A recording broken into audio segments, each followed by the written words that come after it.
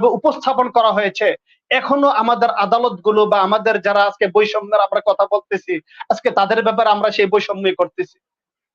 ওই লোকগুলো যখন বলে যে এতদিন তো আমাদের বুকে আশা ছিল না, আমাদের হৃদয়ে এতদিন আশা ছিল না, আমরা ভাবছি যে আওয়ামী লীগ সরকারের এই রোষানলে আমরা পিষ্ট হয়ে এখানেই আমরা শহীদ হয়ে যাব। আমাদের অনেক ভাই শহীদও হয়েছে, কিন্তু এখন বৈষম্য বিরোধী আন্দোলনের কারণে যখন বিজয় হয়েছে, সফলতা এসেছে, তখন মাঝে মাঝে কথা বলার সুযোগ হয়।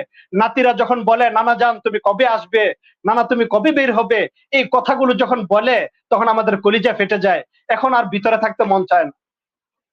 তো এই জন্য মোহতারাম হাজরিন, এই বিষয়গুলো আমাদের একটু অনুধাবন করা দরকার, উপলব্ধি করা দরকার যে এই নিষ্পাপ বা এরকম ষড়যন্ত্রের শিকার লোকগুলো, এদের শুধু মামলা বড় দিয়েছে বা বিশাল বড় করে আটকিয়েছে এরকম বললেই শুধু আমাদের দায়িত্ব শেষ হয়ে যাবে না, যে এদের তো রায় হয়ে গেছে, এদের তো ফাঁসি দিয়া হয়ে গেছে।